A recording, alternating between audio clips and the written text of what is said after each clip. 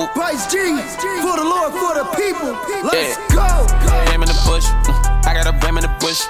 I'm the that God gon' provide for me. That's why I stand on the book. Hey there, friends, and welcome to Becoming a Boss, where we take some time each week to talk with someone who is wrestling with a specific situation at work. Some want to be helped, and some just want to be heard. I'm here with Wallis today. Hello. And this week, we are listening to a caller who's facing a problem with communication.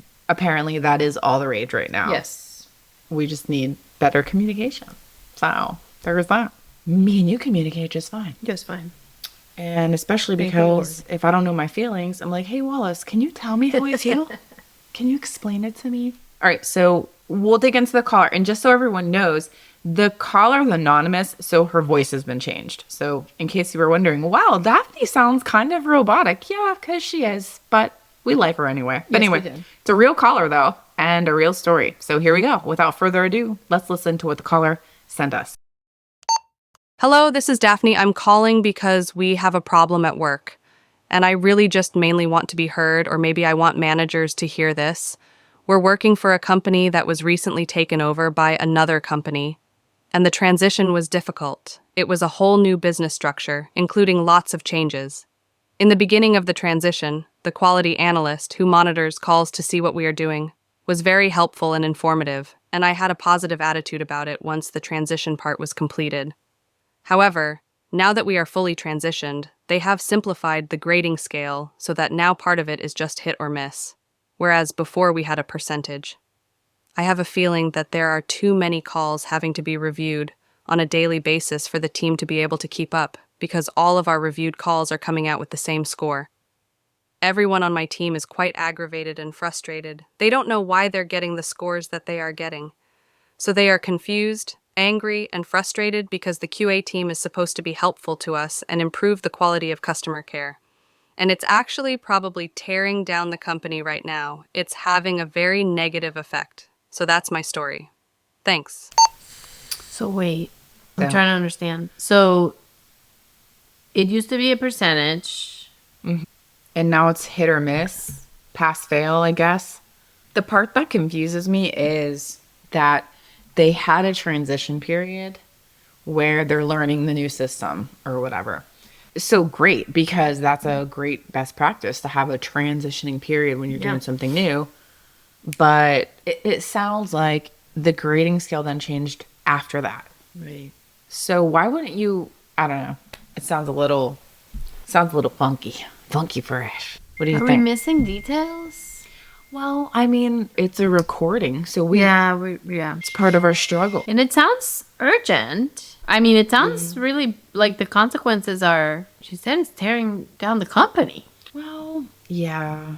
One thing is, I think she sounds like a protector. You know, some people are naturally protective of people in general. Their family, their friends, their people, and she sounds to me like a protector. But definitely the team is being impacted.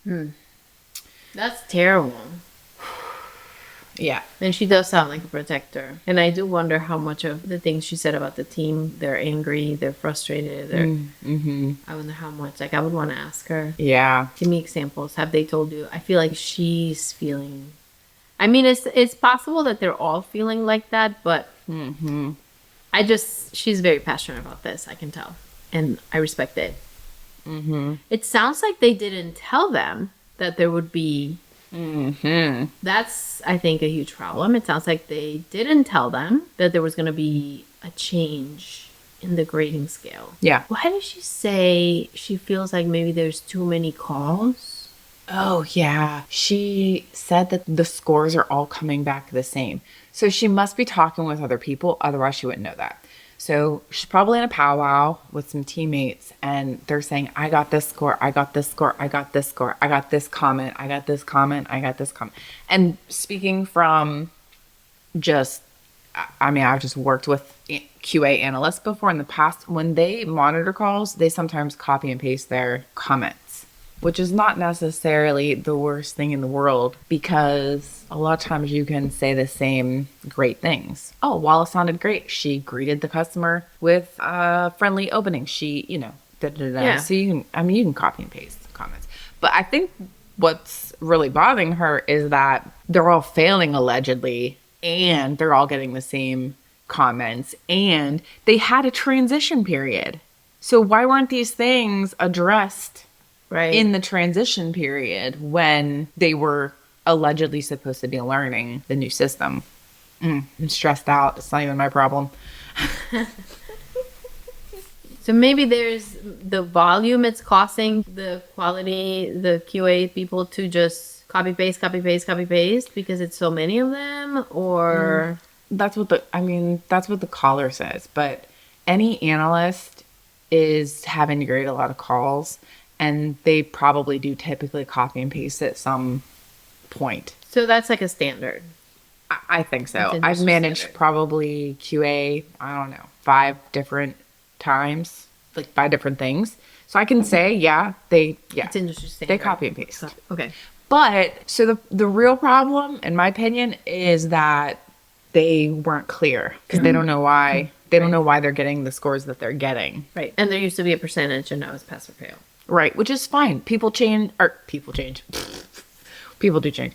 But systems change. And one of the hardest things is launching. Whenever you launch a new QA program or you launch a new anything, there are a lot of moving parts, and it's hard to keep everyone on the same page and make sure all the, it's difficult. So it sounds like somebody dropped the ball in communication to me, which is funny because we've only done, this is our 3rd go, and we're already seeing a trend, I feel like. Fuzzy expectations. Yes. And poor communication. You get a fuzzy expectation. You get a fuzzy. Yes. But the twist for Daphne's story is that it's a new launch. So we've not really heard that twist before. So that's good. And launches are hard. And transitions are hard. And when a company comes in to acquire another company, Oh, yeah. that's always messy It is. because, change is hard. And to the people that were there before, they want to do it. They want to do things the way they were doing them because that's what they know and that's what they're comfortable with. And the people coming in are like, no, we're top dog. We're the ones acquiring you. So we're going to do it our way because that's the way we do it. One thing that I learned, are you familiar with, it's called DISC. It's a behavioral analysis This profile. thing. Yeah. I've heard of it. Yeah. So I read that a lot of people fall into the S category, and that the category of S they tend to avoid change, which I feel like is, that sounds right. In my opinion, it sounds like right. So which makes the launch or a change or a company acquisition even, or all those things extra hard. Yeah. I think too. I'm an early adopter personally. I think because, in the grand scheme of things, if you take a step back and your company is launching a new QA strategy and we need you to hop on board, I just think in my mind, even if I didn't like it, just for example, what am I going to do? Right. I'm a manager. Right. And there's 90,000 other managers, and there's a bajillion employees, and I certainly am not going to be making any decisions. So whether I like it or not, it's happening. Right, Might as well right. accept it Yeah, that's a good. and learn it and learn how to win. I also think I can win everything. What if it's awful? What if it's like a backwards way? I've never really, to be honest, and I've launched more things than the average bear for sure. And I have never seen a time when we went from the old thing to the new thing and it was worse. I've never seen that. I've seen it not rolled out well. Interesting. I have not. Because the technological advances should automatically make something better. For example, we used to have to handwrite everything. Now I can just click a button and record. It's funny you should say that because I just met someone who told me that handwritten was better than digital. So Because why? I am not sure. They said things were being missed that way. Things were falling through the cracks. So collecting handwritten data is better and more efficient. Well, So that was interesting. have you ever read my handwriting? Because I can assure That's you. what I'm saying. But this person was very adamant and they said, we don't do digital. That is my choice. And that is what works for us. I would just have questions. Yeah. The Lord's been working on my heart about questions. He really has. And it is incredible because I find myself where I would have had so many questions. I find myself just nodding when I get these answers. I'm like, okay. And I couldn't really, seriously, maybe last year it would have been an agitation for me. Mm-hmm. And now I'm just nodding. I'm like, okay, well, okay, sure. Mm-hmm. If that's what works for you, I love it. Yes, seriously, I don't have questions. Now, I'm like, or like I have some questions, but it's a lot easier to let it go. I love that. But anyway, that's how, Steve and I met at work, and our company was acquired by a bigger company. That's really when we started talking, was when this happened. And let me tell you, everybody, so it was a 40, 50 employee company. We were very small. This other company was like 500 employees. So they weren't that big, but for our scale, they were, huge. Mm-hmm. And as you can imagine, a 40-some employee company, very small, obviously. So you have, Intimacy, and you just do things differently because it's not that many people to consider. Mm-hmm. It was 4 equal owners of the company. So the 4 of them made the decisions, and the 40 of us were fine with that. And it was so transparent, and so, I did payroll, and I had a very good idea on like how much money the company was making, how much money the company was bringing in. When there was a profit, they gave everybody a little bonus. But it was like nice. And then came this other company where we just knew it was just not, they weren't at that stage of having that level of transparency and having that level of intimacy and familiarity with their employees because they were on a much larger scale. And so coming in, that was a shell shock for us. I mean, we had a monthly lunch where literally all of us sat together and had lunch. That's great. So that's what we were used to. And then everybody knew about everybody's families, and it was cute like that. And everybody, if you were sick, somebody brought you a casserole. It was cute. It was like cute. Aww. And yeah, people were freaked out when this bigger company came and they had their own, they even did payroll differently. Something as simple as, you're not going to get paid on the 15th and the 1st anymore. We pay on the every other Thursday. Whatever it was just different. And people were freaking out. Yeah. Freaking out. So talk to me about the rollout. We heard about it. They told us within 30 days of it happening that they had sold the company. Okay. And then were those owners still involved after the fact? Yes, but not in owner capacity. Okay, so they sold. They had a voice. Sold. They had a voice. They had somewhat of a voice. A couple of them went to sales. One eventually retired, and the other person stayed as like a practice leader. And then he eventually left also. So they were still there, and that was comforting. It was done very well, but it was intimidating. We each had to be interviewed. We were each interviewed all over for our jobs, which that was scary. That actually happened to somebody I know as well. Yeah, that was kind of scary. They had to re-interview for their job when they already had it. Yeah, and I personally didn't think I'm going to interview for this and I'm not going to get the job. Like, I didn't think it was like that, but it was still, and we did the DISC assessments. Like, they did all these things that, just hadn't done. It kind of felt you were tested all over again. I had only been there for a couple of years, but some people had been there for 10 years when this happened. So they were like, what the heck? Like, why am I being interviewed now for this job I've had for 10 years? Right. Yeah, it was... Well, when you have something for 10 years, that's a real shocker. I don't care what it is. For sure. If I have a pillow for 10 years, I mean, I haven't had a pillow for 10, but you know what I mean? Yes, but there was a lot of good that came with it. Being a bigger company, for somebody like Steve, who was in technology, the smaller company couldn't really afford to pay for a lot of training, send them to a lot of places. This company now, it's like, okay, now you can go to Microsoft and attend this conference and that conference. Like, they had a bigger budget for that kind of stuff. So it was good. Yeah. Like, it was ultimately good. Just hard to transition. Yeah. They changed the coffee we drank. And that was a thing. And that was little things like that people have a huge problem with. Do you remember taking any polls or surveys as an associate at that time? No. How do you feel about this? Absolutely not. Absolutely not. This is what we're doing. This is what we're doing. This is what we do. I think that's a mistake. Yeah. I've taken over a whole bunch of teams in my career, and the very first thing that I do, what do you love? What do you not love? What do you want more of? Because how do you care for people if you don't know what they need? Oh, yeah. I can't even understand how you would do that. What's going well? What's not going well? What can we do better? What's our biggest opportunity, do you think, as a team? And if I'm in charge of you, how do I help you if I don't know how you feel? Yeah, not at all.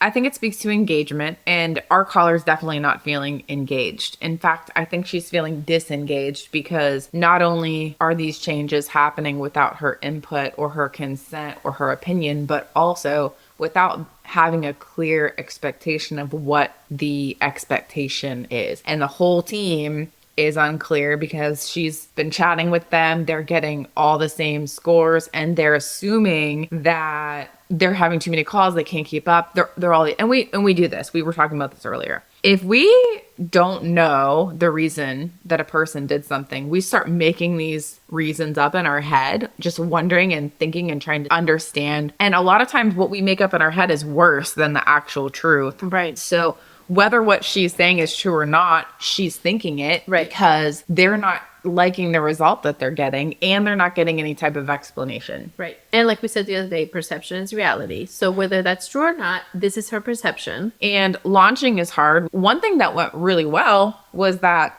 someone decided to have a transition period. So that's great. Yes. It's just that there was no follow through after the fact, because during the transition period, that's the time when you learn or you're supposed to learn. One of the trends that I noticed that was a good trend throughout the different teams that I had was for QA specifically, when you first came onto the team, you would get a grace period. And so for whatever it was, 30, 60, 90 days, we will give you scores, but they're not going to actually count. We're only going to give you scores so that you can learn Oh, that's great. how you're being scored. Oh, that's amazing. So your manager has an opportunity to meet with you several times in your one-on-ones. And you can ask questions. And they can coach you on, you received a 75%, which is okay. But the goal is 90%. Let's talk about what we missed just so we could get better, even though this doesn't count. This score is not counting. No, that's perfect. And that's so perfect. You don't feel the pressure of having to get a good score. You only feel the pressure of having to learn how to get a good score. I love that. So I think that's great. I love that trend. So I'm not sure what happened in this case, but it wasn't that. No. And it almost sounds like, because she said the QA person that was helping them was great and everything was great at first. And then after the transition was completed, it sounds like things changed. The scoring changed. And that's what I really have an issue with.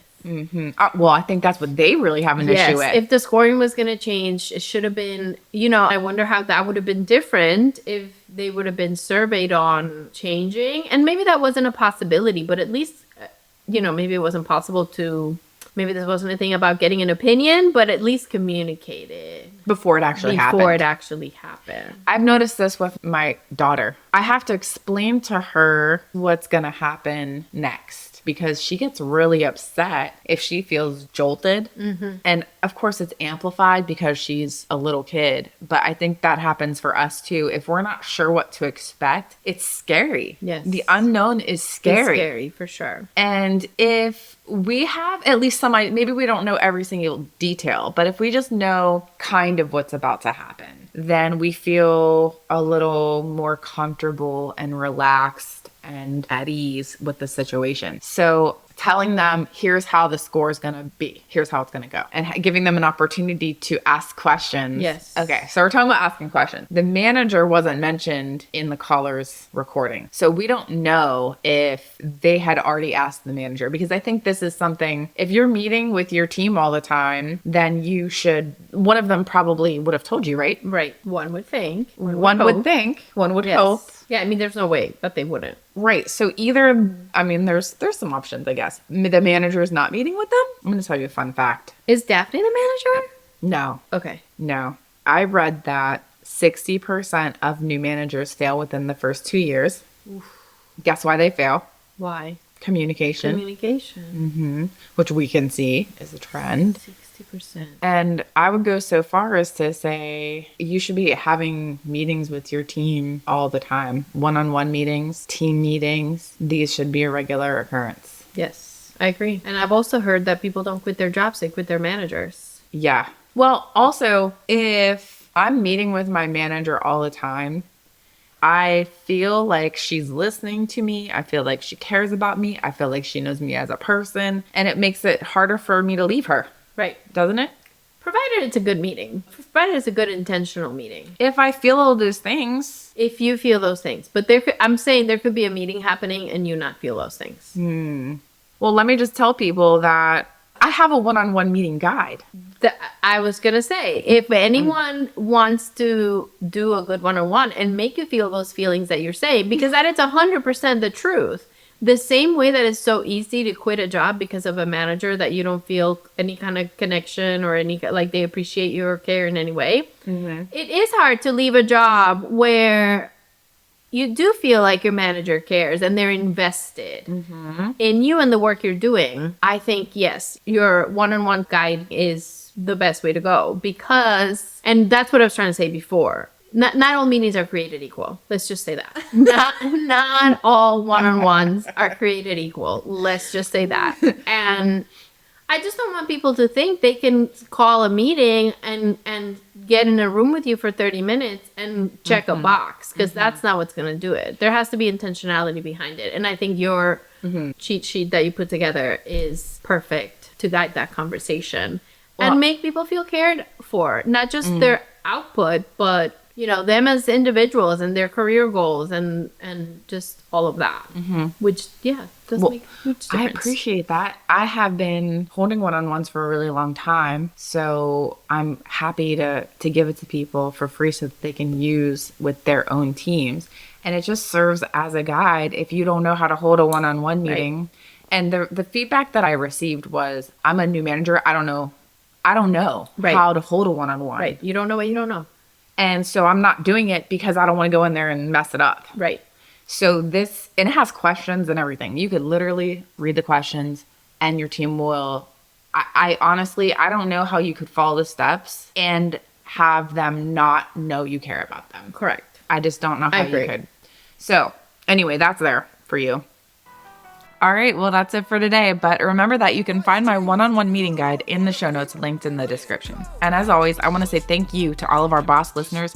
Thank you to our caller for sharing her story. And a special thanks to my dear friend Wallis for hosting with me today.